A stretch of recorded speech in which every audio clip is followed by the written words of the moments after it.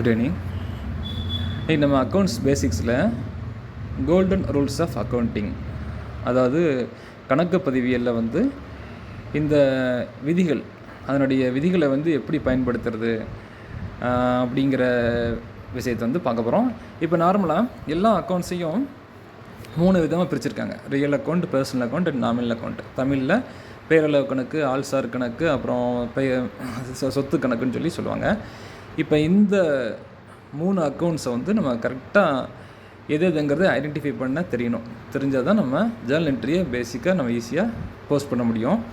நார்மலாக ஒரு Journal entry some கொடுத்தாங்கன்னா, ஜேர்னலோ லெட்ஜரோ சப்சிடரி புக்கோ ஏதாவது சம் வந்து கொடுக்குறாங்க அப்படின்னா, அப்போ இந்த ரூல்ஸை, அதாவது இந்த ரூல்ஸை மட்டும் இல்லை, எந்த டைப் ஆஃப் அக்கௌண்ட்ஸ் அப்படிங்கிறத நம்ம கரெக்டாக நம்ம தெரிஞ்சு வச்சுருந்தோம்னா ஈஸியாக போஸ்ட் பண்ணிடலாம்.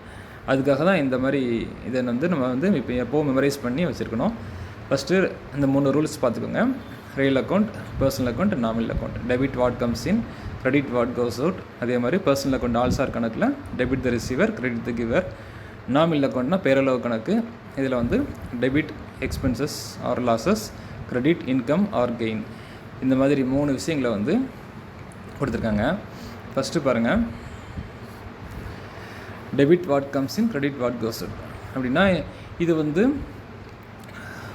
சொத்து கணக்கில் பார்த்தீங்கன்னா, இதில் எல்லா அசட்ஸ், இந்த சொத்துகள் like furniture, land, buildings, machinery, இந்த இதெல்லாம் வந்து இந்த மாதிரி ஒரு சில விஷயங்கள் வந்து வந்துச்சுன்னா, அதாவது ஃபர்னிச்சர் வாங்கினது, லேண்ட் வாங்கினது, பில்டிங்ஸ் வாங்கினது, மெஷினரி பர்ச்சேஸ் பண்ணது, இந்த மாதிரி விஷயங்கள்லாம் வந்துச்சுன்னா, இந்த அசட் அப்படின்னு ஒரு விஷயம் வந்து வந்துச்சுன்னா இட் இஸ் ஏ ரியல் அக்கௌண்ட்னு சொல்லி சொல்கிறாங்க. இது வந்து என்னென்ன அசட்ஸ் வந்து மேக்ஸிமம் கரண்ட் அசட்ஸ் இருக்கும், ஃபிக்ஸட் அசட்ஸும் இருக்கும். இப்போ இந்த அசட்ஸ்லாம் வந்து வந்துச்சுன்னா, அந்த என்ட்ரியில் வந்து வந்துச்சுன்னா, அதை வந்து நம்ம எப்படி அசியூம் பண்ணிக்கிறணும், it is a real account. இதில் பார்த்துக்கோங்க, ஃபர்னிச்சர், லேண்ட், பில்டிங்ஸ், இந்த மாதிரி அசட்ஸை பார்த்துக்கிறணும். அடுத்ததாக பர்சனல் அக்கௌண்ட். ஆல்சார் கணக்குனா தனிப்பட்ட நபர்கள், அவங்க சார்ந்த கணக்கு. அதே மாதிரி வங்கியும் அதுக்கு வந்து வரும். இந்த மாதிரி இண்டிவிஜுவல் வந்து அவங்களுக்கான ஒரு டிரான்சாக்ஷன் வந்து பண்ணுறோம்னா இது வந்து இதில் வரும், பர்சனல் அக்கௌண்ட்டில் வந்து வரும். It is considered and inflow and கிவஸ் details. அதாவது கொடுக்கல் வாங்கல் விஷயங்கள், இந்த மாதிரி நபர்கள், தனிப்பட்ட நபர்கள் சார்ந்த விஷயங்கள்லாம் வந்து இதில் வந்து வரும்னா நம்ம பர்சனல் அக்கௌண்ட்டு வந்து வரும். அடுத்து பார்த்திங்கன்னா நாமினல் அக்கௌண்ட். இது வந்து பெயரளவு கணக்குன்னு சொல்லுவாங்க.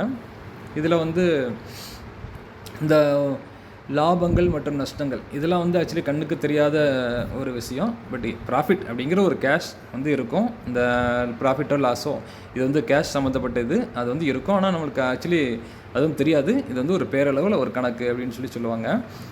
இதில் வந்து இந்த ரூலு என்ன சொல்லுதுன்னா, debit all expenses and losses, credit all incomes and கெயின்ஸ்னு சொல்லி சொல்லுது. இது இந்த 3 அக்கௌண்ட்ஸை நீங்கள் வந்து இந்த 3 ரூல்ஸையும் நீங்கள் ப்ராப்பராக வந்து மெமரைஸ் பண்ணி வச்சுக்கிறணும்.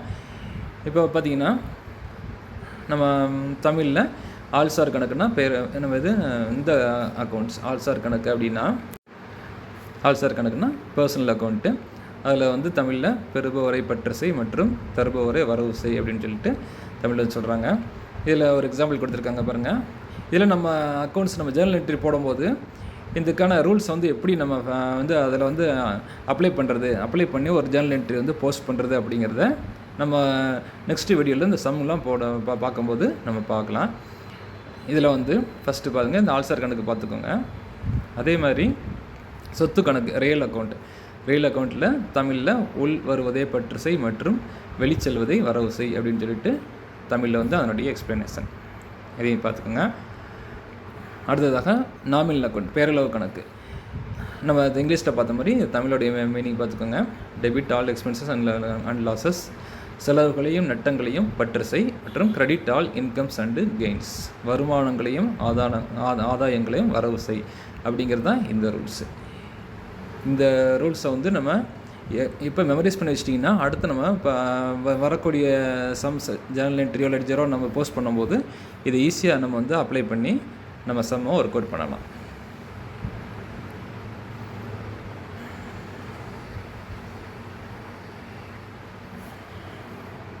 தேங்க்யூ.